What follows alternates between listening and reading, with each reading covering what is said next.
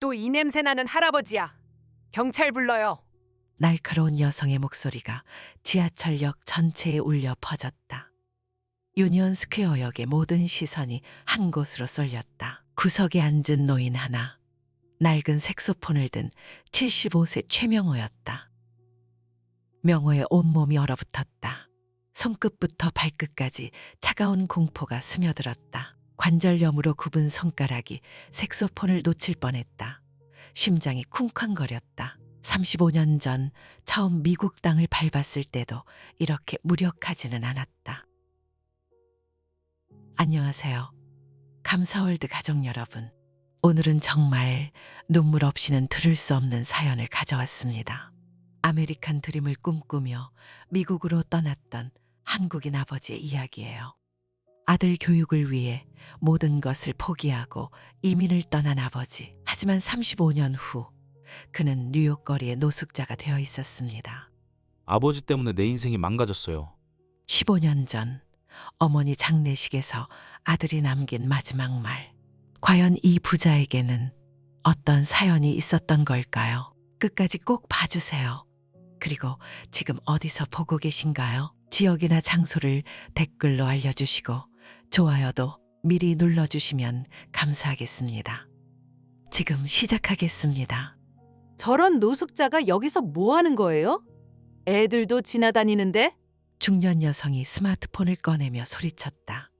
그녀의 얼굴은 혐오로 일그러져 있었다. 주변 사람들이 하나둘 모여들기 시작했다. 수군거리는 소리들이 명호의 귀를 찔렀다. 진짜 더럽네. 냄새 심하지 않아? 보안 요원 어디 있어? 경찰에 신고해야겠어. 명호는 황급히 색소폰을 케이스에 넣으려 했다.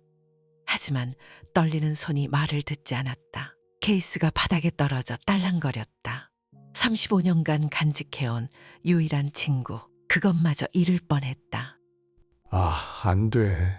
명호가 힘없이 중얼거렸다. 케이스 모서리에 새로운 흠집이 생겼다. 이미 온통 해진 케이스에 또 하나의 상처가 더해졌다. 마치 자신의 인생처럼. 잠깐만요. 그때 부드러운 한국어가 들렸다. 22살 할인이 군중을 헤치고 나왔다. 그녀의 눈동자는 분노로 타오르고 있었다. 작은 체구지만 당당한 걸음걸이였다. 할아버지가 무슨 잘못을 하셨나요? 할인의 목소리는 차분했지만 단호했다. 중년 여성은 당황한 듯 뒤로 물러섰다. 예상치 못한 반격에 당황한 표정이었다. 저건 노숙자예요. 여기서 구걸하고 있다고요? 구걸이 아니라 연주예요. 음악을 들어보셨어요? 할인이 한 발 더 다가섰다. 그녀의 작은 체구에서 나오는 기운이 사람들을 압도했다. 명호는 놀라운 눈으로 할인을 바라봤다. 30년 만에 누군가 자신을 보호해주는 것이었다. 음악이라고? 저건 그냥 소음이야. 듣기만 해도 귀가 아파. 여성의 목소리가 더욱 날카로워졌다. 하지만 할인은 흔들리지 않았다. 그럼 직접 들어보세요. 진짜가 뭔지 다시 들어보세요. 할인이 명호를 바라봤다. 눈빛이 따뜻했다. 그 안에는 믿음이 있었다. 명호는 그 시선에서 30년 만에 처음 느끼는 온기를 발견했다. 할아버지, 한 곡만 더 연주해 주세요. 제대로 된 연주를요. 명호의 가슴이 쿵 내려앉았다. 모든 사람이 자신을 보고 있었다. 스마트폰 카메라들이 자신을 향하고 있었다. 손가락은 떨렸다. 입술은 바짝 말랐다. 하지만 할인의 눈에는 흔들리지 않는 믿음이 있었다. 명호는 깊게 숨을 들이쉬었다. 35년 전 한국에서 마지막 무대에 섰을 때의 기억이 떠올랐다. 그때도 이렇게 떨렸었다. 하지만 그때는 꿈이 있었다. 희망이 있었다. 명호는 떨리는 손으로 색소폰을 입에 댔다. 첫음이 나왔다. 약하고 떨리는 소리였다. 사람들이 비웃기 시작했다. 봐, 내 말이 맞잖아. 시간 낭비하지 말고 가자. 하지만 두 번째 음은 달랐다. 깊고 풍부한 소리가 지하철역을 채웠다. 세 번째, 네 번째 음들이 하나의 멜로디를 만들어냈다. 명호의 손가락이 색소폰 위를 춤추듯 움직였다. Empty Streets, 텅 빈 거리. 명호 자신이 만든 곡이었다.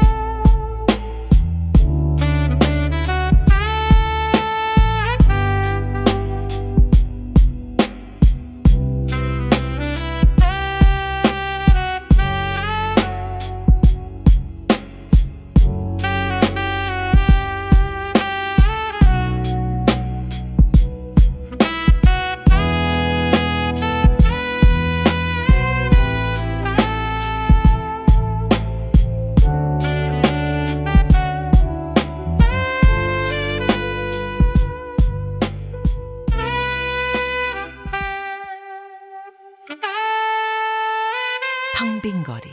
명호 자신이 만든 곡이었다. 35년 전 한국에서 마지막으로 연주했던 그 곡. 텅 빈 거리를 걷는 외로운 마음을 담은 곡. 꿈을 잃은 자의 슬픔을 담은 곡. 멜로디가 흘러나오자 지하철역의 분위기가 완전히 바뀌었다. 시끄럽던 발걸음들이 멈췄다. 대화 소리들이 사라졌다. 오직 색소폰 선율만이 공간을 지배했다. 사람들의 표정이 바뀌기 시작했다. 비웃음이 놀라움으로, 놀라움이 감탄으로 변했다. 한 남성이 입을 벌린 채 멍하니 서 있었다. 젊은 커플이 서로를 바라보며 눈을 반짝였다. 연주가 절정에 달했다. 명호의 15년 외로움이, 35년 좌절이, 75년 인생이 모두 그 선율 속에 담겼다. 그의 얼굴에 눈물이 흘러내렸다. 하지만 연주는 멈추지 않았다. 첫 번째 동전이 케이스에 떨어졌다. 두 번째, 세 번째가 이어졌다. 누군가는 휴대폰으로 촬영을 시작했다. 하지만 이번에는 조롱이 아니라 감동 때문이었다. 중년 여성의 얼굴이 빨갛게 달아올랐다. 그녀는 중얼거리며 사라졌다. 군중도 하나둘 흩어졌다. 하지만 몇 명은 끝까지 남아서 들었다. 진짜 음악을 알아보는 사람들이었다. 연주가 끝나자 잠시 정적이 흘렀다. 그리고 박수 소리가 울렸다. 작지만 진심이 담긴 박수였다. 명호의 눈가가 뜨거워졌다. 15년 만에 느끼는 인정이었다. 15년 만에 느끼는 존중이었다. 브라보! 한 젊은 남성이 외쳤다. 다른 사람들도 박수를 쳤다. 명호는 고개를 숙여 인사했다. 손이 여전히 떨렸지만 이번에는 감동 때문이었다. 할인이 명호 옆에 조심스럽게 앉았다. 그녀의 눈에도 눈물이 맺혀 있었다. 할아버지, 정말 대단하세요. 언제부터 이렇게 잘하셨어요? 옛날에, 아주 옛날에 했었어요. 명호의 목소리가 떨렸다. 할인은 그의 손을 바라봤다. 색소폰을 잡는 손가락의 모양이 예사롭지 않았다. 오랜 시간 연마된 기술자의 손이었다. 수십 년 내공이 묻어나는 손이었다. 그냥 조금 하신 게 아니에요. 진짜 프로셨죠? 아니, 아직도 프로세요. 할인의 눈이 반짝였다. 그녀는 줄리아드 음대 재즈과 학생이었다. 진짜와 가짜를 구별할 줄 알았다. 방금 들은 연주는 평생을 음악에 바친 사람만이 할 수 있는 것이었다. 명호는 대답 대신 먼 곳을 바라봤다. 35년 전이 떠올랐다. 1989년 가을, 인천공항에서 10살 아들 준혁의 손을 잡고 있던 그때 가슴에는 아메리칸 드림이 가득했다. 한국에서는 중견기업 과장이었다. 안정된 삶이었다. 주말이면 재즈클럽에서 색소폰을 불었다. 작은 꿈이 있었다. 언젠가는 프로가 되는 것. 하지만 아들을 위해 모든 것을 포기했다. 꿈도, 안정도, 고향도. 아빠, 미국에 가면 정말 좋아질까? 비행기 창문을 바라보던 어린 준혁의 목소리가 귓가에 맴돌았다. 그 천진한 눈동자. 아버지를 믿어 의심치 않던 그 시절. 그럼 내가 좋은 대학 가고 훌륭한 사람이 될 거야. 아빠가 모든 걸 해줄게. 그때의 자신은 확신에 차 있었다. 사랑하는 아들을 위해서라면 무엇이든 할 수 있을 거라고 믿었다. 하지만 현실은 잔혹했다. 영어는 서툴렀다. 학력은 인정받지 못했다. 나이는 많았다. 택시 기사부터 시작해야 했다.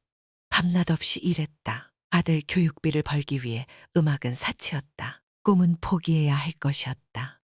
할아버지, 할인의 목소리가 명호를 현실로 돌렸다. 그는 깜짝 놀라며 고개를 들었다. 또 과거에 빠져들었구나. 가끔 이렇게 과거와 현재가 뒤섞였다. 치매 초기 증상이었다. 아, 미안해요. 잠깐 딴 생각을. 괜찮아요. 저도 가끔 그래요. 과거가 더 선명할 때가 있어요. 할인이 따뜻하게 미소 지었다. 명호는 그 미소에서 순수함을 느꼈다. 30년 전 자신의 아들도 저런 미소를 지었었는데 언제부터 그 미소가 사라졌을까? 할아버지, 이름이 뭐세요? 명호. 최명호예요. 미국 이름은 헨리지만요.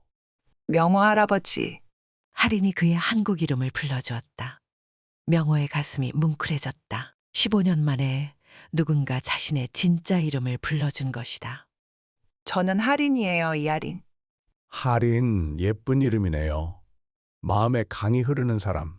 명호가 할인의 이름 뜻을 풀어주자 그녀가 놀란 표정을 지었다. 와, 그렇게 해석할 수도 있구나. 처음 들어봐요. 옛날에는 이름 하나하나에 의미를 담았어요. 부모의 소망을요. 명호의 목소리가 부드러워졌다. 자신의 아들 이름도 그랬었다. 준혁, 준수하고 혁신적인 사람이 되라고. 하지만 그 소망은 이루어졌을까? 할아버지는 어디서 주무세요? 직접적인 질문에 명호는 당황했다. 카페 뒷골목의 골판지 박스를 어떻게 말할 수 있을까? 75년 인생이 골판지 한 장으로 축약된 현실을. 그냥 임시로 지낼 곳이 있어요. 거짓말이었다. 할인의 표정이 어두워졌다. 그녀도 알고 있었다. 명호의 옷차림을, 냄새를, 지친 얼굴을 보면 알 수 있었다. 비가 더 세게 내리기 시작했다. 사람들의 발걸음이 빨라졌다. 우산들이 꽃처럼 펼쳐졌다.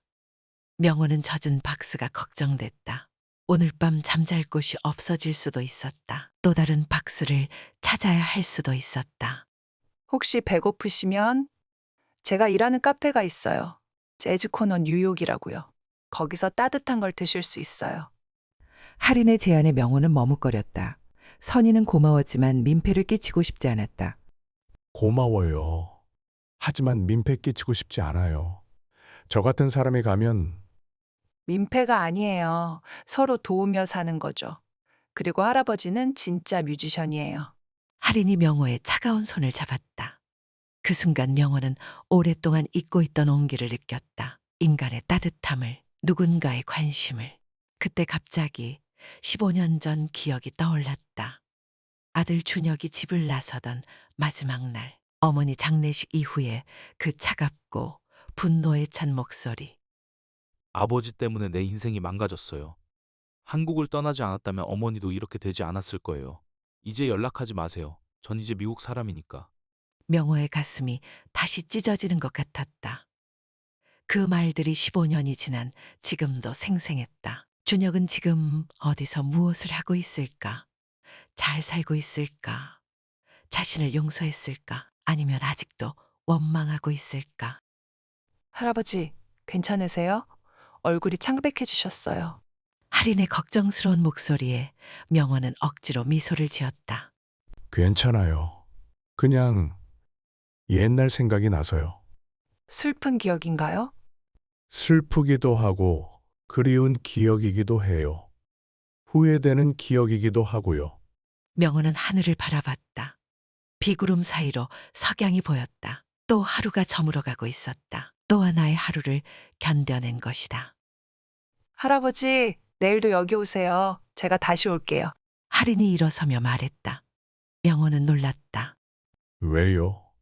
저 같은 노인을 왜? 음악을 사랑하는 사람은 혼자가 아니에요. 그리고 할인이 잠깐 망설이더니 말을 이었다. 할아버지 연주를 들으니까 제 할아버지 생각이 나요. 꿈을 포기하지 말라고 하셨거든요. 꿈은 나이가 있는 게 아니라고. 그 말에 명호의 눈가가 뜨거워졌다. 그는 고개를 끄덕였다. 목이 메어 말이 나오지 않았다. 할인이 떠난 후 명호는 다시 색소폰을 꺼냈다.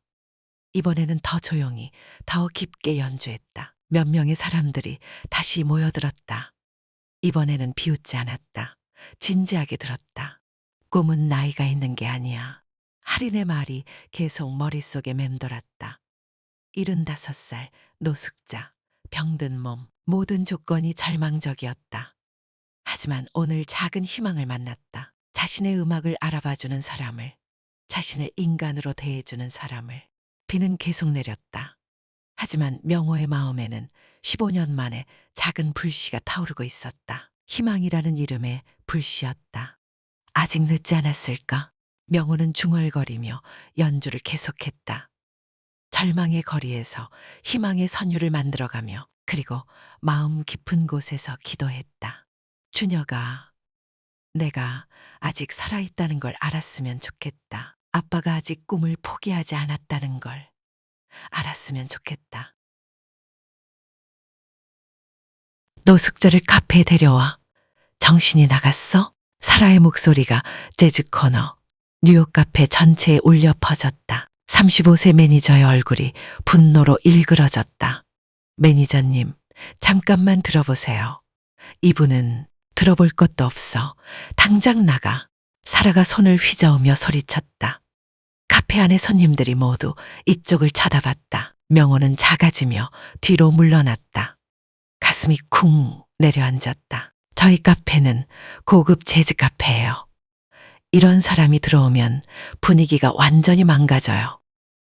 사라의 말에 할인의 얼굴이 빨갛게 달아올랐다. 그녀의 주먹이 꽉 쥐어졌다. 이런 사람이라니요? 명호 할아버지는 진짜 뮤지션이에요. 뮤지션? 저 노숙자가. 사라가 코웃음을 쳤다. 다른 직원들도 수근거리기 시작했다. 할인, 너 요즘 이상해. 길거리에서 주워온 노숙자를 뮤지션이라고? 젊은 바리스타 제이슨이 고개를 저었다. 명호는 더욱 움츠러들었다. 자신 때문에 할인이 곤란해지고 있었다.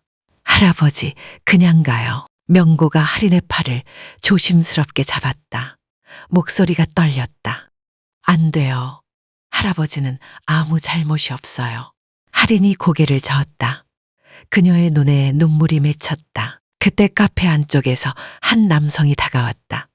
정장을 입은 45세 남성. 알렉스였다. 그는 며칠 전부터 이 카페에 자주 왔다. 조용히 구석자리에 앉아서 사람들을 관찰하곤 했다. 무슨 일이죠? 알렉스의 차분한 목소리에 사라가 돌아봤다. 아, 손님. 죄송해요. 직원이 노숙자를 데려와서 소란을 피우고 있어요. 노숙자요? 알렉스가 명호를 바라봤다. 순간 그의 눈에 이상한 빛이 스쳤다. 어디서 본 듯한 느낌. 하지만 확실하지 않았다. 네, 저 더러운 할아버지요. 당장 내보낼 거예요. 사라가 명호를 가리켰다. 알렉스는 명호의 손을 유심히 봤다. 색소폰을 든 그 손, 어딘지 익숙한 손 모양이었다. 잠깐만요. 이분이 뮤지션이라고 했나요? 알렉스가 할인을 바라봤다. 할인은 고개를 끄덕였다. 네, 어제 지하철에서 연주를 들었는데 정말 대단했어요. 지하철 버스킹이요? 그건 음악이 아니라 구걸이죠. 사라가 비웃었다. 하지만 알렉스는 진지한 표정이었다. 어떤 곡을 연주하셨나요? 알렉스가 명호에게 직접 물었다. 명호는 당황하며 대답했다. 그냥 제가 만든 곡이었어요. Empty Streets하고. 알렉스의 눈이 커졌다. 그 곡 제목을 어디서 들었을까? 머릿속이 복잡해졌다. 할아버지, 여기 앉으세요. 할인이 명호를 빈 테이블로 안내했다. 사라가 막으려 했지만 알렉스가 손을 들어 제지했다. 잠깐, 한 곡 들어볼 수 있을까요? 뭐요? 여기서 연주를요? 사라의 목소리가 날카로워졌다. 안 됩니다. 절대 안 돼요. 하지만 알렉스는 이미 결정을 내린 듯 했다. 괜찮습니다. 한 곡만요. 명호는 떨리는 손으로 색소폰을 꺼냈다. 카페 안의 모든 시선이 자신에게 쏠렸다. 심장이 뛰었다. 정말 괜찮을까요? 여기는 고급 카페인데. 할아버지, 괜찮아요. 음악에는 귀천이 없어요. 할인이 격려했다. 명호는 깊게 숨을 들이쉬었다. 색소폰을 입에 댔다. 첫 음이 흘러나왔다. Father's Regret이라는 곡이었다. 자신이 만든 곡, 아들에 대한 그리움을 담은 곡. 멜로디가 카페를 채웠다. 손님들의 대화가 멈췄다. 커피잔을 든 손들이 공중에 멈춰 있었다. 모든 것이 정지한 것 같았다.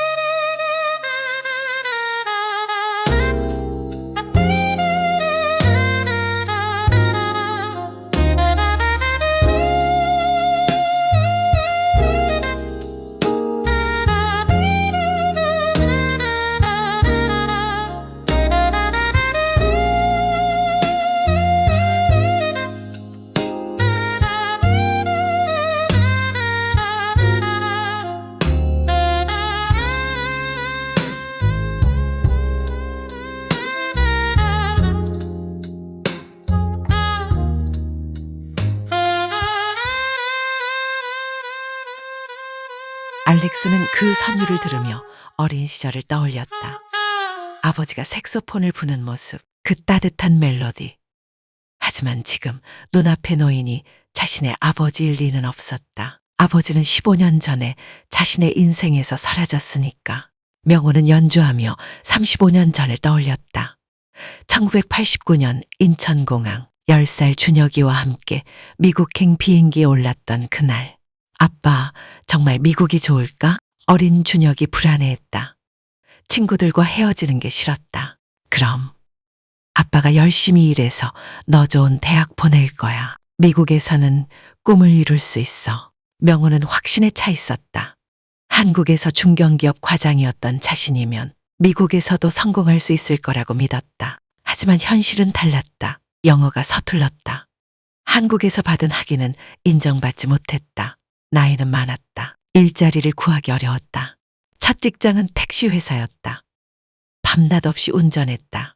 영어를 못해서 손님들에게 무시당했다. 때로는 욕을 들었다. 하지만 참았다. 아들을 위해서. 준혁이 학교에서 돌아오면 물었다. 아빠, 언제 좋아져? 곧이야. 아빠가 영어 배우고 있으니까 곧 좋은 직장 구할 거야. 하지만 몇 년이 지나도 상황은 나아지지 않았다. 택시기사, 세탁소 직원, 식당 설거지, 힘든 일만 계속됐다. 준혁이 점점 변했다. 어린 시절의 밝은 미소가 사라졌다. 아버지를 바라보는 눈빛이 달라졌다. 아빠는 왜 영어도 못해? 학교 행사에 오지 마. 창피해. 12살 준혁의 말에 명호의 가슴이 찢어졌다. 하지만 아들을 이해했다. 친구들 앞에서 영어 못하는 아버지가 부끄러울 수 있었다. 연주가 계속됐다. 명호의 35년 고생이 모두 그 선율에 담겼다. 아들에 대한 사랑이, 미안함이, 그리움이 모두. 2005년 드디어 기회가 왔다. 한국 음식점을 차릴 수 있었다. 서울하우스라는 이름으로. 처음에는 잘 됐다. 한국 음식을 좋아하는 손님들이 많이 왔다. 봐, 아빠가 해냈지? 이제 좋아질 거야. 명호는 17살 준혁에게 자랑스럽게 말했다. 하지만 준혁의 표정은 여전히 차가웠다. 진작 이렇게 할 걸 그랬죠. 왜 이제야? 준혁의 말에 명호는 할 말이 없었다. 아들이 벌써 아버지를 원망하고 있었다. 2008년 금융위기가 왔다. 손님이 줄었다. 음식점 경영이 어려워졌다. 설상가상으로 아내 순자가 당뇨병에 걸렸다. 병원비가 너무 비싸요. 보험도 없는데 어떻게 해요? 순자가 울었다. 명호도 막막했다. 음식점 수입으로는 치료비를 감당할 수 없었다. 돈 걱정 말고 치료나 받아. 내가 어떻게든 해볼게. 명호는 빚을 내기 시작했다. 음식점을 담보로 대출을 받았다. 하지만 그것도 한계가 있었다. 준혁이 대학에 들어갈 시기였다. 음악을 전공하고 싶다고 했다. 하지만 음악대학은 학비가 비쌌다. 음악 말고 다른 걸 해라. 돈 되는 일을. 명호가 말했다. 준혁의 얼굴이 일그러졌다. 왜요? 아빠도 젊을 때 음악했잖아요. 그때는 취미였어. 지금은 현실을 봐야 해. 현실? 아빠가 만든 현실이죠. 준혁이 소리쳤다. 그 말에 명호의 가슴이 찢어졌다. 내가 잘 되기를 바라는 마음에서 잘 되기를 바란다고요? 그럼 왜 한국을 떠났어요? 거기서 잘 살았잖아요. 준혁의 분노가 폭발했다. 15년간 쌓인 원망이 모두 쏟아져 나왔다. 친구들과 헤어져야 했어요. 영어 못해서 놀림받았어요. 아빠 때문에 창피했어요. 명호는 아무 말도 할 수 없었다. 모든 게 사실이었으니까. 연주가 절정에 달했다. 명호의 눈에서 눈물이 흘러내렸다. 카페 안에 모든 사람들이 숨을 죽이며 들었다. 알렉스도 그 연주에 빠져들었다. 왜인지 가슴이 아팠다. 어린 시절 아버지에 대한 기억이 떠올랐다. 2009년 가을, 순자가 세상을 떠났다. 병원비를 제대로 못 내서 적절한 치료를 받지 못했다. 명호는 자신을 원망했다. 장례식장에서 준혁이 말했다. 만족하세요? 어머니까지 이렇게 만들어서. 준혁아, 아빠도 최선요? 이게 최선이에요? 준혁의 목소리가 차가웠다. 아버지만 없었다면 어머니는 한국에서 편안히 살 수 있었어요. 병원비 걱정도 안 하고. 그 말에 명호는 무너졌다. 이제 연락하지 마세요. 전 이제 미국 사람이니까. 아버지와는 상관없는 사람이니까. 준혁이 등을 돌렸다. 그리고 정말로 연락이 끊어졌다. 15년째 연주가 끝났다. 카페 안이 조용했다. 그리고 박수가 터져 나왔다. 진심 어린 박수였다. 사라의 얼굴이 빨갛게 달아올랐다. 예상과 달랐다. 정말 실력이 있었다. 할아버지, 정말 대단하세요. 할인이 눈물을 닦으며 말했다. 알렉스는 복잡한 심정이었다. 이 노인이 누구인지 알 것 같으면서도 확신할 수 없었다. 혹시 성함이 어떻게 되시나요? 최명호입니다. 미국 이름은 헨리고요. 알렉스의 몸이 굳었다. 최명호. 그 이름이 너무나 익숙했다. 하지만 설마 절대 그럴 리가 없었다. 명호는 연주를 마치고 색소폰을 케이스에 넣었다. 35년의 기억이 모두 그 연주에 담겨 있었다. 아들에 대한 그리움도 미안함도. 준혁아, 아빠가 아직 너를 사랑한다는 걸 알았으면 좋겠다. 명호는 마음속으로 중얼거렸다. 하지만 그 말이 아들에게 닿을 리는 없었다. 아들이 어디에 있는지도 모르니까. 알렉스는 명호를 바라보며 마음이 복잡했다. 설마 이 사람이, 하지만 아직은 확신할 수 없었다. 15년이 너무 긴 시간이었으니까.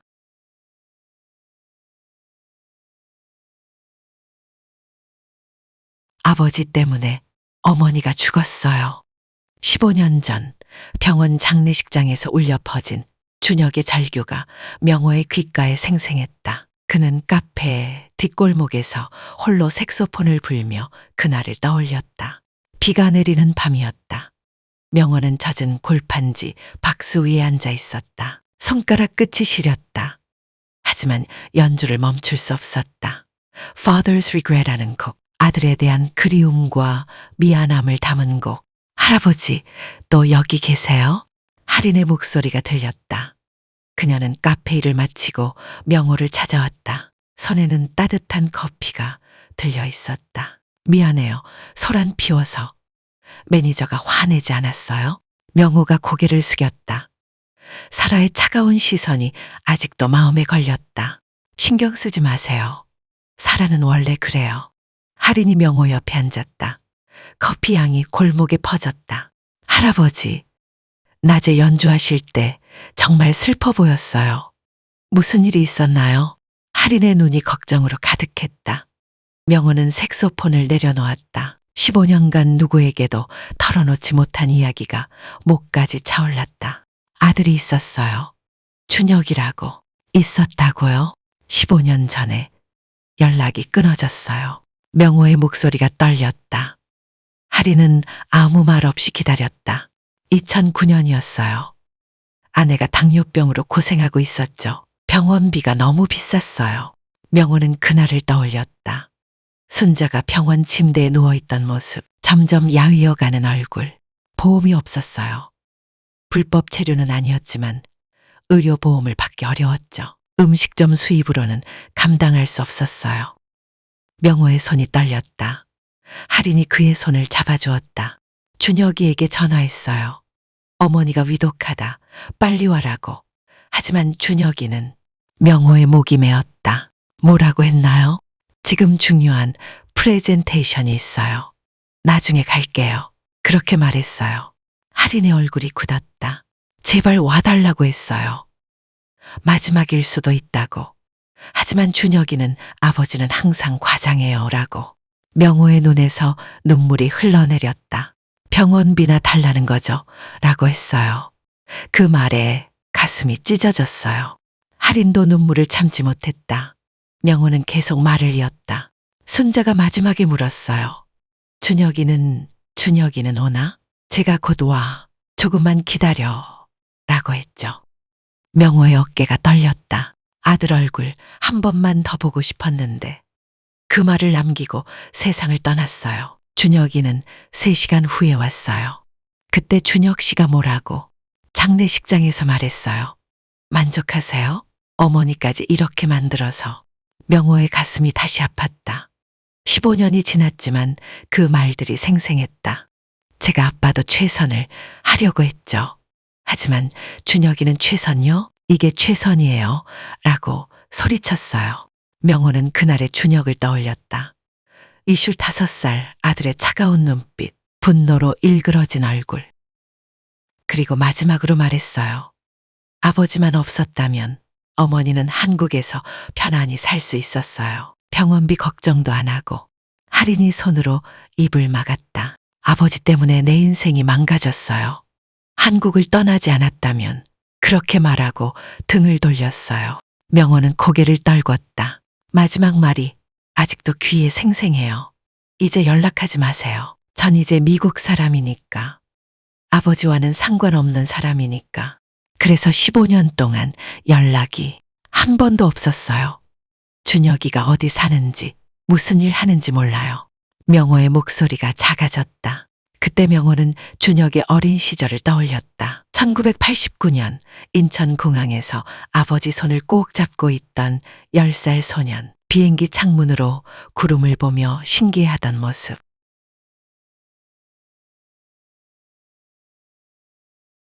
아빠, 미국에 가면 정말 좋아질까?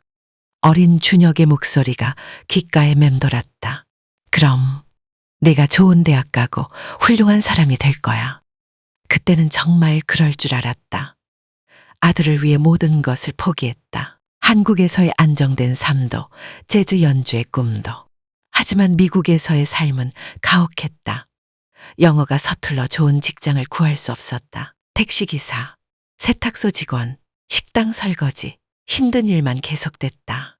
준혁이 점점 변했다. 12살 때부터 아버지를 부끄러워하기 시작했다. 아빠는 왜 영어도 못해?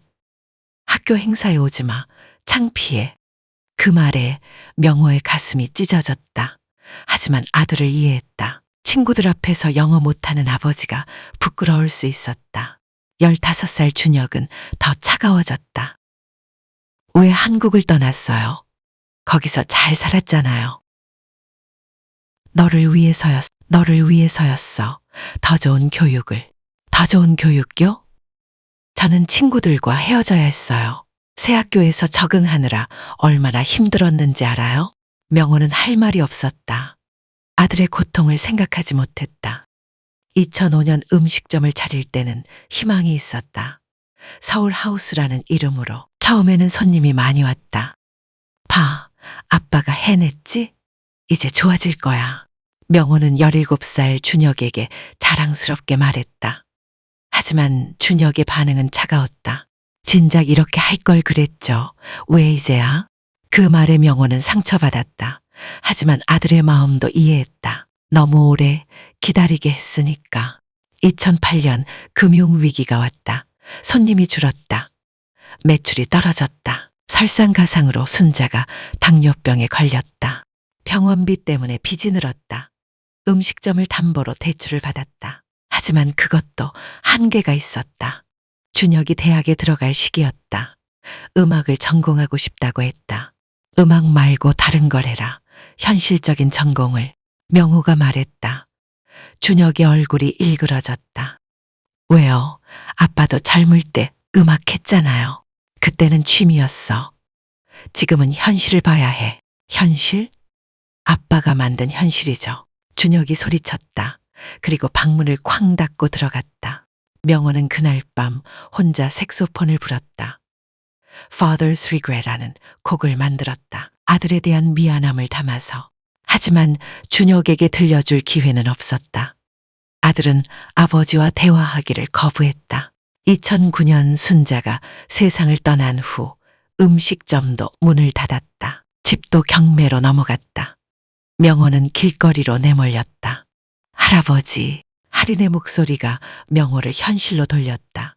그녀의 눈에 눈물이 가득했다. 준혁 씨도 지금은 후회하고 있을 거예요. 그럴까요? 15년이나 지났는데 가족은 그래요. 아무리 화가 나도 결국은 그리워해요. 할인의 말에 명호는 조금 위로받았다. 혹시 준혁 씨가 어떤 일을 하는지 아세요? 몰라요. 마지막에 경영학과에 들어간다고 했으니. 사업을 하고 있을 수도 있고 명호는 고개를 저었다. 그때 카페에서 알렉스가 나왔다. 그는 명호와 할인을 발견하고 다가왔다. 아직 여기 계시네요. 아, 손님. 죄송해요. 소란 피워서. 명호가 일어나려 했다. 하지만 알렉스가 손을 들어 제지했다. 괜찮습니다. 혹시 시간 있으시면 커피 한 잔 같이 드실까요? 알렉스의 제안에 명호는 당황했다. 저 같은 사람이 음악을 사랑하는 사람끼리요. 알렉스의 말에 명호는 놀랐다. 이 젊은 사업가가 왜 자신에게 관심을 보일까? 혹시 성함이 어떻게 되시나요? 알렉스가 조심스럽게 물었다. 최명호입니다. 알렉스의 몸이 굳었다. 최명호. 그 이름이 너무나 익숙했다. 혹시 그 최명호일까? 하지만 15년이라는 시간이 너무 길었다. 미국 이름은 헬리고요. 35년 전에 한국에서 왔어요. 알렉스의 심장이 빨리 뛰기 시작했다. 35년 전 한국에서 최명호. 모든 것이 맞아 떨어졌다. 혹시 아들이 있으신가요? 알렉스의 목소리가 떨렸다. 있었죠. 하지만 15년 전에 명호의 말이 끊어졌다. 알렉스의 얼굴을 보니 뭔가 이상했다. 아들 이름이 혹시 알렉스가 말을 시작하려다가 멈췄다. 아직 확신할 수 없었다. 만약 자신의 추측이 틀렸다면 죄송합니다. 갑자기 이상한 질문을 알렉스가 뒤로 물러섰다. 명호는 고개를 갸우뚱했다. 괜찮아요. 그런데 왜? 아니에요. 그냥 제 아버지 생각이 나서요. 알렉스의 말에 명호는 놀랐다. 아버지요? 네. 저도 아버지와 15년째 연락이 끊어져 있어요. 그 말에 명호의 가슴이 뭉클해졌다. 이 젊은 사람도 자신과 같은 아픔이 있구나. 어떻게 그렇게 되셨나요? 제가 너무 어렸어요. 아버지의 마음을 이해하지 못했죠. 알렉스의 목소리가 떨렸다. 지금은 후회해요. 아버지를 찾고 싶어요. 그럼 찾아보세요. 아직 늦지 않았어요. 명호가 격려했다. 알렉스는 복잡한 표정이었다. 혹시 찾는다면 용서해 주실까요? 물론이죠. 자식이 돌아온다면 어떤 부모든 기뻐할 거예요. 명호의 말에 알렉스의 눈가가 뜨거워졌다. 정말 그럴까요? 확신해요. 부모의 사랑은 끝이 없어요. 명호는 자신의 마음을 생각했다. 준혁이 지금이라도 돌아온다면 기쁘게 맞을 것이다. 15년의 원망도 한순간에 사라질 것이다. 알렉스는 명호를 바라보며 마음이 복잡했다. 이 사람이 정말 자신의 아버지일까? 아니면 단순한 우연일까? 할아버지, 내일도 올 거죠? 할인이 물었다. 어디 갈 곳이 있나요? 명호가 씁쓸하게 웃었다. 그럼 내일 봐요. 따뜻한 음식 준비해 둘게요. 할인이 일어섰다. 알렉스도 함께 일어났다. 저도 내일 다시 올게요. 음악 이야기 더 나누고 싶어요. 알렉스의 말에 명호는 고개를 끄덕였다. 두 사람이 떠난 후 명호는 다시 혼자가 됐다. 비는 그쳤지만 밤 공기는 차가웠다. 준혁아, 넌 지금 어디에 있니? 아빠를 용서할 수 있니? 명호는 하늘을 바라보며 중얼거렸다. 그리고 다시 색소폰을 들었다. Father's Regret. 아빠의 후회라는 곡을 연주하며 아들을 그리워했다. 15년째 변하지 않는 마음으로. 메인 연주자가 코로나에 걸렸다고? 오늘 스페셜 나이트인데. 사라의 비명이 재즈 코너, 뉴욕 카페를 뒤흔들었다. 그녀의 얼굴이 창백해졌다. 손에 든 휴대폰이 떨렸다. 온몸이 부르르 떨렸다. 마커스 윌리엄스가 코로나 확진 판정을 받았어요. 오늘 공연 완전 불가능하다고 연락 왔어요. 직원 제이슨이 당황하며 보고했다. 그의 목소리도 떨렸다. 사라는 머리를 감쌌다. 온 세상이 무너지는 기분이었다. 이런 일이 어떻게 VIP 고객들이 50명이나 와요. 뉴욕 타임스 음악 평론가도 온다고 했는데 사라의 목소리가 날카로워졌다. 카페 전체가 긴장감에 휩싸였다. 할인은 커피를 만들다가 손을 멈췄다. 다른 연주자를 구할 수 있을까요? 제이슨이 조심스럽게 물었다. 지금 6시간 남았는데 유명한 재즈 연주자들이 갑자기 시간을 낼 리 없어. 출연료도 엄청난데. 사라가 화를 냈다. 직원들이 모두 모였다. 분위기가 무거웠다. 모든 사람의 얼굴에 절망이 묻어났다. 그럼 행사를 취소해야 할까요? 젊은 바리스타가 조심스럽게 물었다. 사라의 얼굴이 더욱 일그러졌다. 취소? 그럼 우리 카페 이미지가 완전히 망가져요. 평판이 바닥으로 떨어진다고. 사라가 주먹을 쥐었다. 그녀의 눈에 절망이 가득했다. 그때 할인이 조심스럽게 손을 들었다. 가슴이 두근거렸다. 저 한 분 알고 있어요. 정말 잘하시는 분이요. 사라가 할인을 쳐다봤다. 눈에는 희망과 의심이 섞여 있었다. 누구인데? 설마 아마추어는 아니겠지? 명고 할아버지요. 어제도 여기서 연주하셨잖아요. 할인의 말에 카페가 순간 조용해졌다. 직원들이 서로를 바라봤다. 믿을 수 없다는 표정이었다. 뭐라고? 그 노숙자 할아버지를. 사라의 목소리가 높아졌다. 얼굴이 분노로 빨갛게 달아올랐다. 할아버지는 진짜 실력자예요. 어제 연주 들어보셨잖아요. 할인이 목소리를 높였다. 하지만 사라는 고개를 격렬히 저었다. 절대 안 돼. VIP 손님들 앞에 노숙자를 세울 순 없어. 정신 나갔어? 그럼 어떻게 해요? 다른 방법이 있어요? 할인의 말에 사라는 할 말이 없었다. 다른 직원들도 침묵했다. 모두가 막막했다. 아마추어를 무대에 올릴 순 없어. 우리 카페 평판이 어떻게 돼? 5년 동안 쌓은 명성이 하루아침에 무너져. 사라가 이를 갈았다. 손톱을 깨물었다. 그때 카페 문이 열렸다. 알렉스가 들어왔다. 그의 얼굴에는 진지한 표정이 어려 있었다. 어제부터 계속 이 카페에 와서 명호를 관찰하고 있었다. 무슨 일이죠? 분위기가 심각한데요. 알렉스가 물었다. 사라가 급히 달려왔다. 얼굴에 식은땀이 흘렀다. 손님, 정말 죄송해요. 오늘 스페셜 라이트가 취소될 수도 있어요. 왜요? 무슨 일인가요? 메인 연주자가 갑자기 못 오게 됐어요. 코로나에 걸려서요. 사라의 설명에 알렉스의 눈썹이 올라갔다. 대체 연주자는 없나요? 있긴 한데 좀 문제가 있어요. 사라가 할인을 째려봤다. 할인은 용기를 냈다. 심장이 쿵쾅거렸다. 명호 할아버지가 계세요. 정말 훌륭한 색소폰 연주자예요. 알렉스의 몸이 굳었다. 명호. 그 이름만 들어도 심장이 뛰었다. 가슴이 뜨거워졌다. 어디 계신가요? 밖에 뒷골목에 계세요. 할인이 망설이며 대답했다. 알렉스는 바로 밖으로 나갔다. 발걸음이 빨라졌다. 뒷골목에서 명호가 색소폰을 불고 있었다. Last Chance Blues 하는 곡이었다. 자신이 만든 곡, 마지막 기회에 대한 간절함을 담은 곡, 떨리는 손으로 연주하고 있었다. 알렉스는 그 연주를 들으며 어린 시절을 떠올렸다. 아버지가 집에서 색소폰을 불던 모습, 그 따뜻한 선율, 어린 자신을 재우며 불어주던 자장가. 명호는 연주를 멈추고 알렉스를 봤다. 눈이 마주쳤다. 아, 어제 그 손님. 안녕하세요. 안녕하세요. 혹시 오늘 저녁에 시간 있으신가요? 알렉스의 질문에 명호는 놀랐다.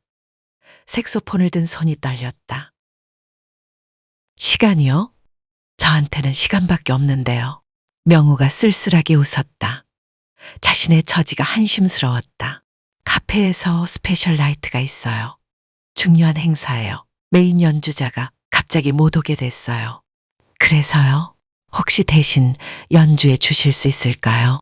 알렉스의 말에 명호는 깜짝 놀랐다. 색소폰을 떨어뜨릴 뻔했다. 저를요? 저 같은 사람이 그런 중요한 자리에. 당신은 진짜 뮤지션이에요. 어제 연주를 들어보니 확신했어요. 알렉스의 말에 명호의 가슴이 뜨거워졌다. 15년 만에 누군가 자신을 뮤지션이라고 불렀다. 하지만 15년 동안 제대로 된 무대에 서본 적이 없어요. 길거리에서만 연주했는데 명호의 목소리가 떨렸다.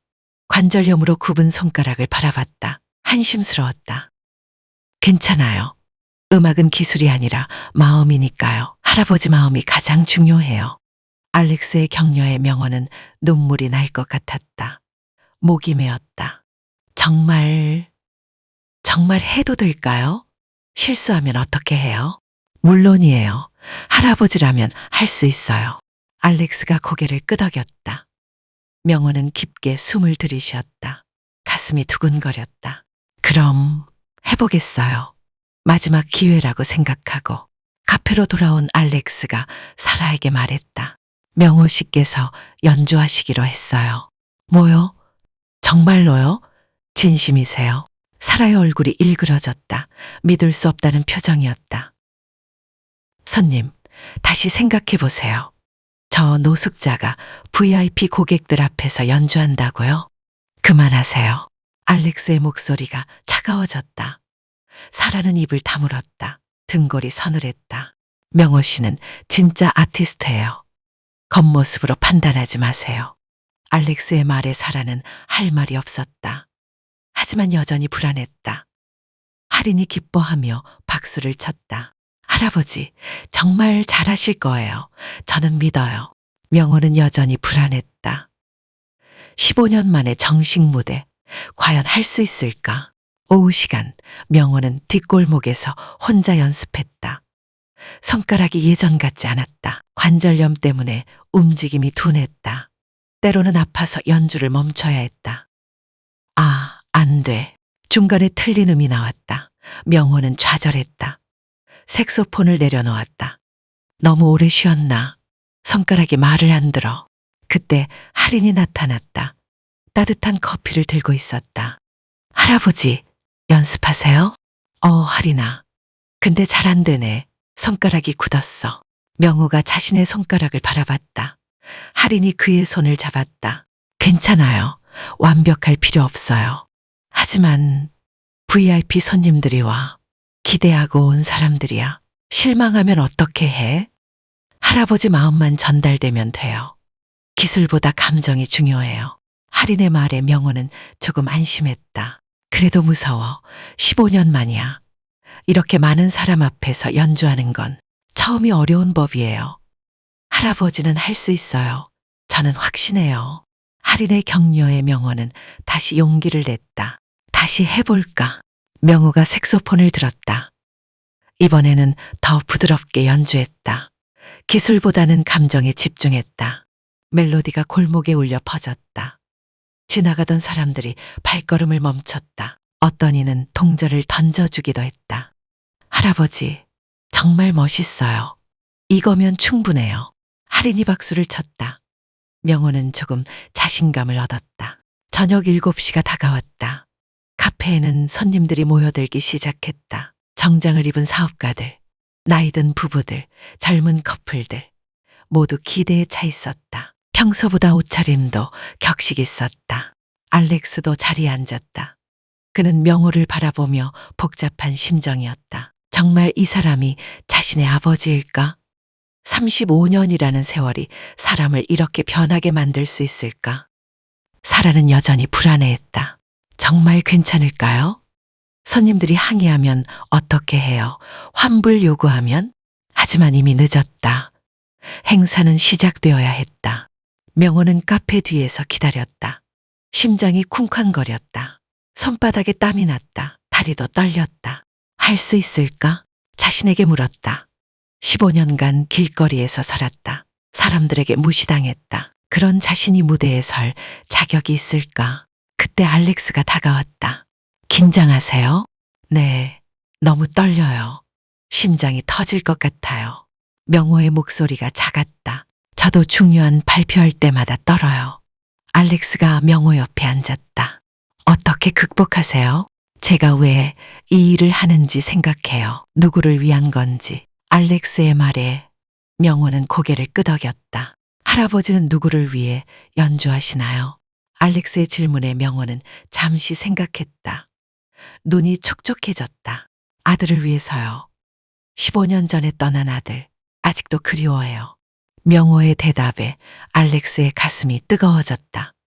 목이 메었다. 아들이 이 연주를 들으면 어떨까요? 자랑스러워할까요? 아니면 여전히 부끄러워할까요? 명호의 목소리에 슬픔이 묻어났다. 자랑스러워할 거예요. 분명히 알렉스의 말에 명호는 조금 용기를 얻었다. 정말 그럴까요? 확신해요. 시간이 되었다. 할인이 마이크를 잡았다. 안녕하세요. 오늘 특별한 연주자를 소개해 드리려고 해요. 관객들이 집중했다. 예정된 연주자가 참석하지 못하게 되어서 대신 다른 분이 연주해 주세요. 사람들이 수근거리기 시작했다. 혹시 누구인가요? 한 손님이 물었다. 명호 할아버지세요. 정말 훌륭한 연주자예요. 할인의 소개에 사람들이 의외라는 표정을 지었다. 명호가 천천히 무대로 걸어 나왔다. 낡은 옷을 입은 노인. 관객들의 시선이 따가웠다. 저 사람 노숙자 아닌가? 이상한데? 수근거림이 들렸다. 명호의 다리가 떨렸다. 그때 알렉스가 일어나서 박수를 쳤다. 할인도 박수를 쳤다. 몇몇 관객들도 따라했다. 명호는 무대 중앙에 섰다. 스포트라이트가 그를 비췄다. 50여 명의 시선이 집중됐다. 손이 떨렸다. 색소폰이 무거웠다. 하지만 포기할 수 없었다. 이 곡은 브루클린, 드림스 브루클린의 꿈입니다. 제가 만든 곡이에요. 명호가 마이크에 대고 말했다. 목소리가 떨렸다. 35년 전 이곳에 와서 꿈꿨던 것들을 담았어요. 관객들이 조용해졌다. 명호는 색소폰을 입에 댔다. 첫 음을 기다렸다. 주녀가 이 연주를 너에게 바친다. 마음속으로 중얼거리며 연주를 시작했다. 첫 음이 나왔다. 떨리고 불안한 소리였다. 관객들이 실망한 표정을 지었다. 하지만 명호는 포기하지 않았다.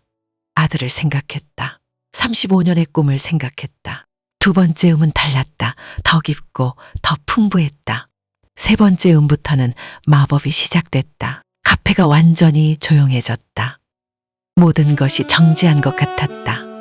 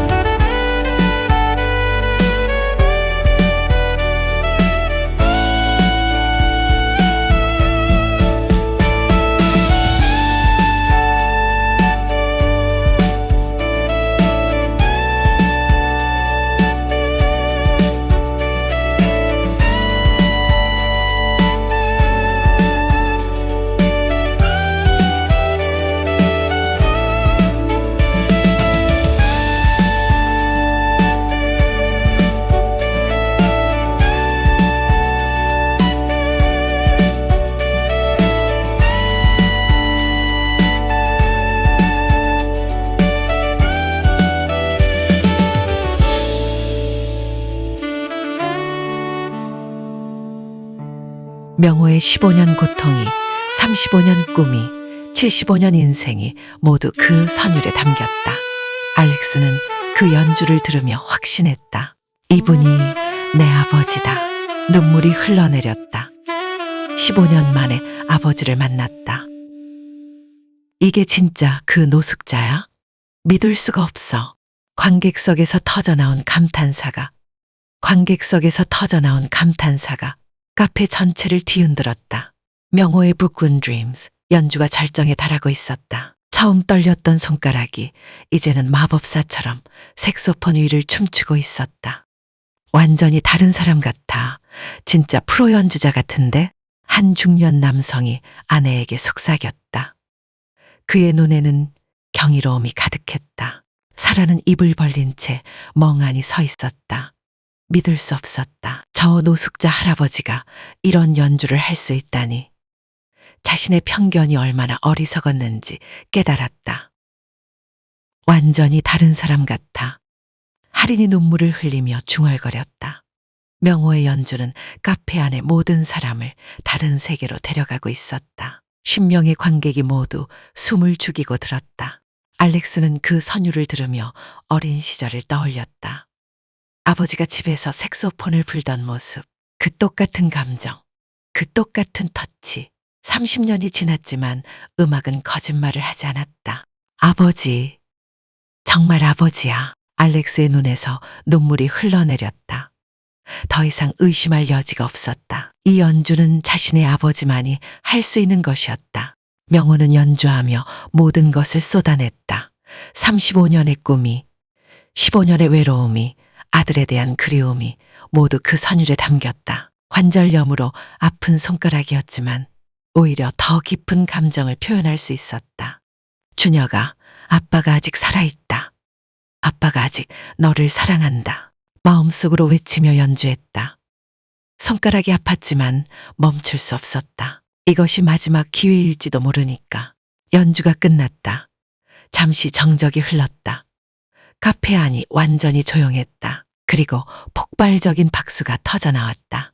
브라보, 브라보. 관객들이 일어서서 박수를 쳤다. 누군가는 눈물을 닦았다. 누군가는 감탄사를 연발했다. 젊은 커플은 서로를 끌어안았다. 정말 대단해요. 이런 연주는 처음 들어봐요. 감동이에요. 여기저기서 찬사가 쏟아졌다. 명호는 무대에서 고개를 숙여 인사했다. 15년 만에 느끼는 박수, 15년 만에 느끼는 인정. 가슴이 뜨거웠다. 눈물이 흘러내렸지만 이번에는 기쁨의 눈물이었다. 그때 알렉스가 천천히 일어났다. 다리가 떨렸다.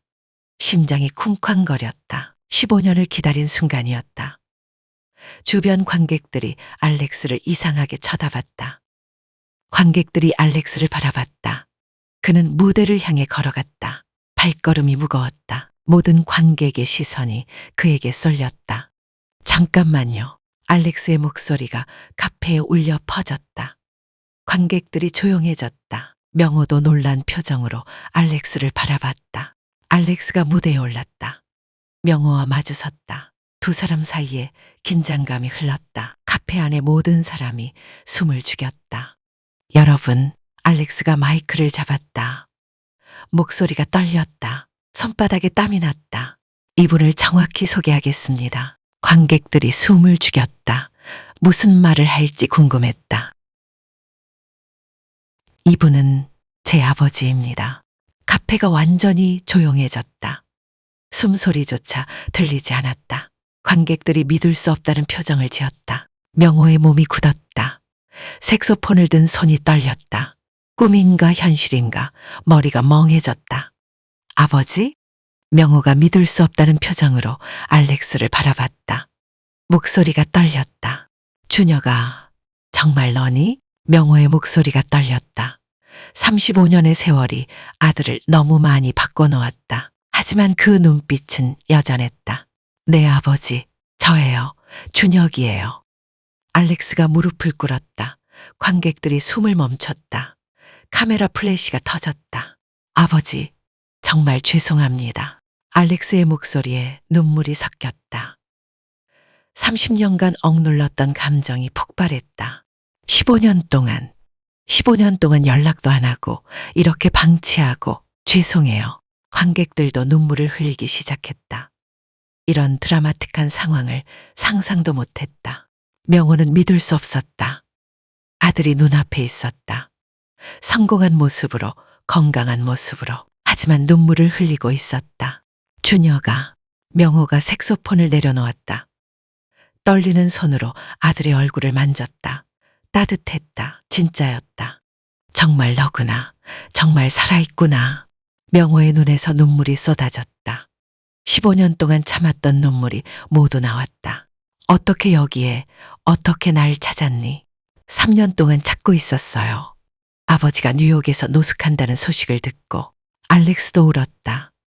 남자답게 참으려 했지만 참을 수 없었다. 여러 재즈 카페를 인수했어요. 혹시나 해서. 아버지를 만날 수 있을까 해서. 관객들도 감동했다.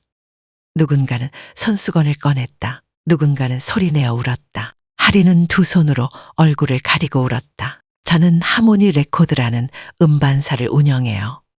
아버지를 찾기 위해 시작한 일이에요.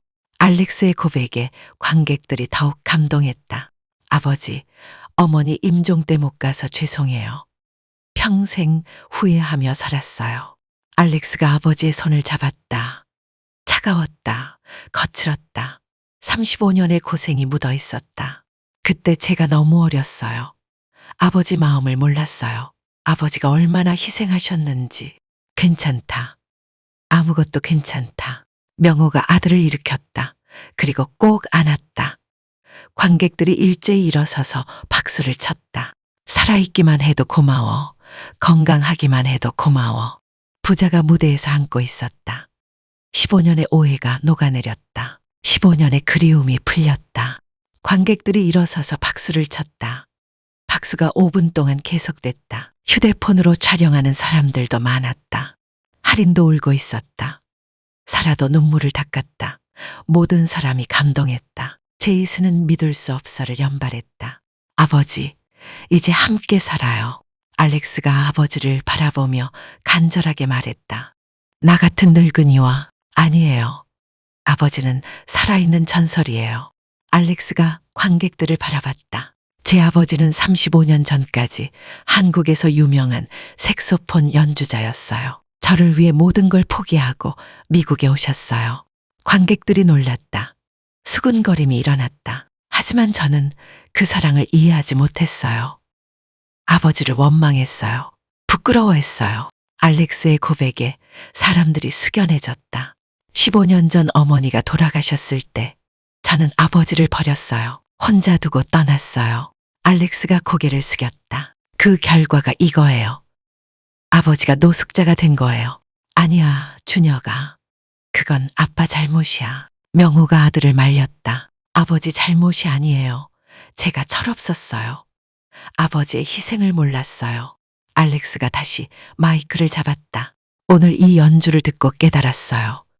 아버지는 여전히 위대한 뮤지션이라는 걸. 박수가 다시 터졌다. 그리고 가족보다 소중한 건 없다는 걸. 명호가 색소폰을 다시 들었다. 준혁아, 이 곡을 너에게 바칠게.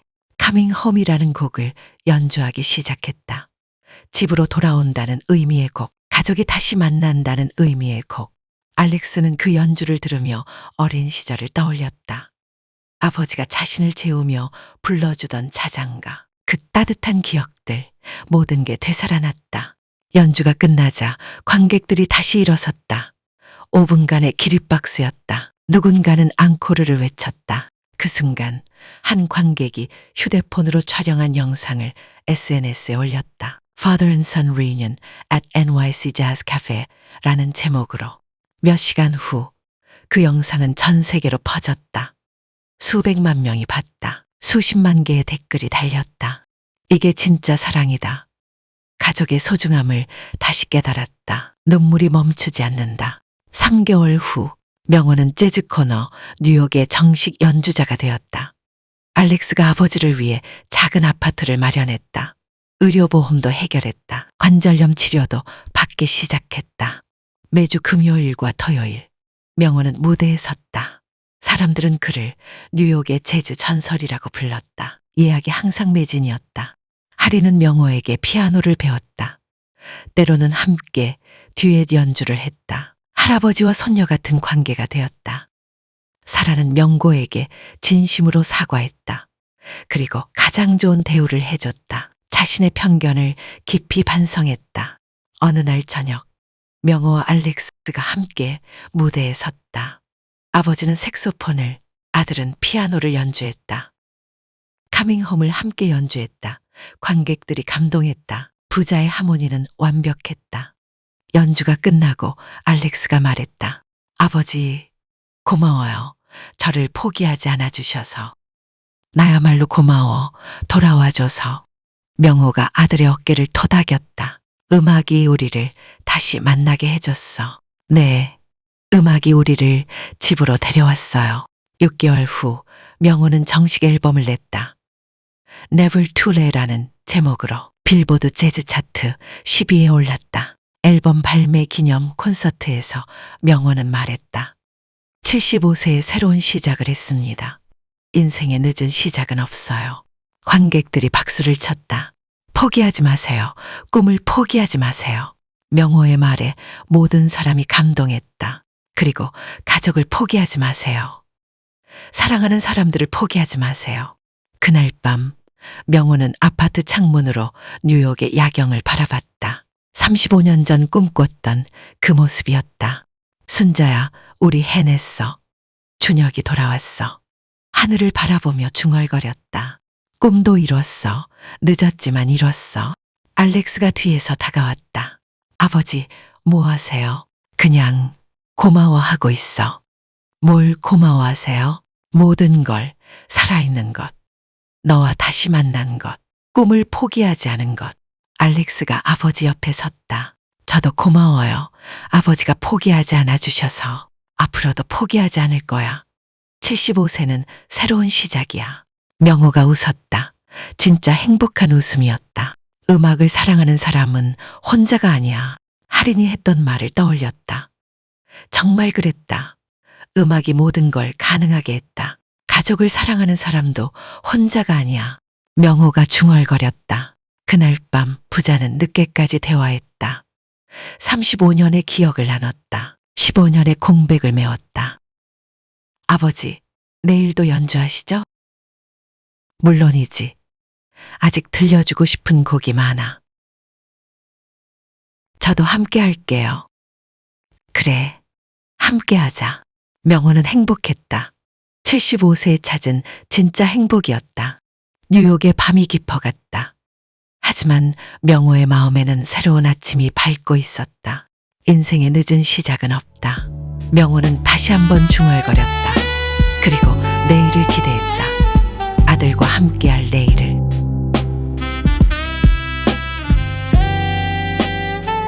여러분, 오늘 명호 할아버지와 준혁의 이야기는 어떠셨나요? 75세의 노숙자 할아버지가 다시 무대에 서기까지 15년간 단절된 부자가 음악을 통해 화해하기까지 정말 기적 같은 이야기였죠. 이 이야기가 우리에게 전하는 메시지는 분명합니다. 인생의 늦은 시작은 없다. 명호 할아버지처럼 75세에도 새로운 꿈을 이룰 수 있어요. 포기하지 않는다면 말이죠. 가족보다 소중한 것은 없다. 아무리 큰 상처가 있어도, 아무리 오랜 시간이 흘러도 진정한 사랑은 모든 것을 치유할 수 있어요. 혹시 여러분 중에도 포기하고 싶은 꿈이 있나요? 연락이 끊어진 가족이나 친구가 있나요? 명호 할아버지의 이야기를 기억해 주세요. 아직 늦지 않았어요. 지금이 바로 새로운 시작의 순간입니다. 여러분의 인생에도 명호 할아버지 같은 기적이 일어나기를 진심으로 바랍니다. 오늘 이야기가 마음에 드셨다면 좋아요와 구독 버튼 꾹 눌러주세요. 그리고 댓글로 여러분만의 꿈과 희망을 나눠주시면 정말 감사하겠어요. 다음에도 더욱 감동적인 이야기로 찾아뵙겠습니다. 감동과 사연이 흐르는 감사월드 채널이었습니다. 고맙습니다.